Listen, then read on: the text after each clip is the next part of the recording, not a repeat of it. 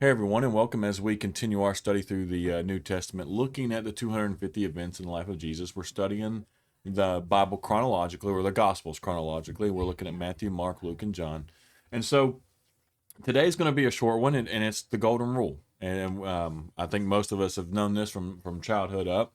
And it comes from Matthew 7, verse 12. And it says, "Do to others whatever you would like them to do to you.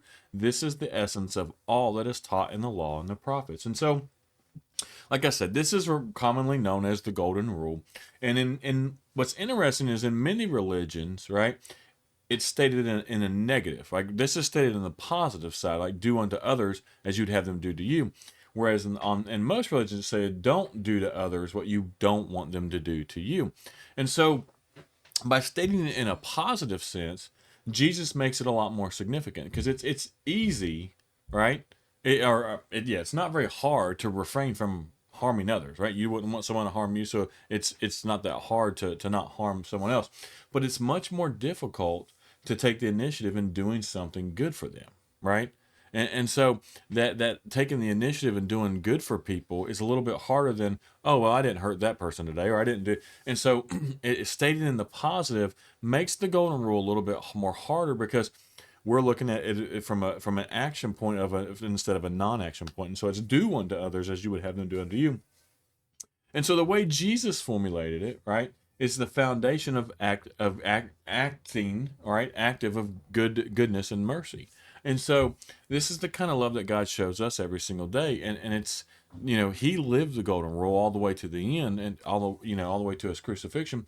And it's what we're called to do. We're called to live out this golden rule, right, that Jesus established. And it kind of, again, everything that Jesus did with the Pharisees and with the teachings and stuff is he kind of flipped the standard on his head. The standard was, oh well, don't hurt someone because you wouldn't want to be hurted. But Jesus is like, no, do to others what you want to be done to you. So if you want something good done to you, well, go ahead and do it to them first, right? Do something good for them first.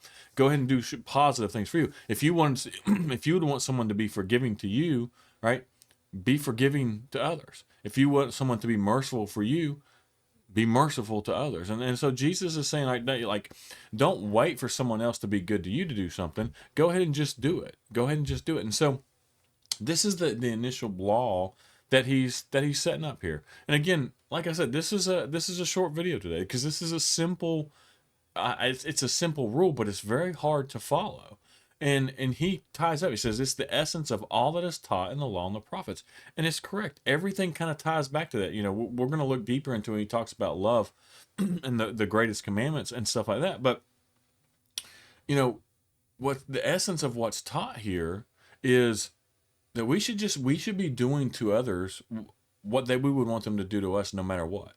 So we should be going around being good to others, treating others well, being kind to others, showing love to others, showing mercy to others, showing forgiveness to others. Like all those things we should be doing. We shouldn't, as Christians, we shouldn't be waiting for others to show us that. Right? Oh well, we need you to be forgiving to us before I'm going to be forgiving to you. Right? Yeah, that's not the way it works. Jesus says we are to act first, and we act first. It's not always going to be reciprocated. It's all not always going to happen. Like if I'm nice to someone, they're not always going to be nice back to me.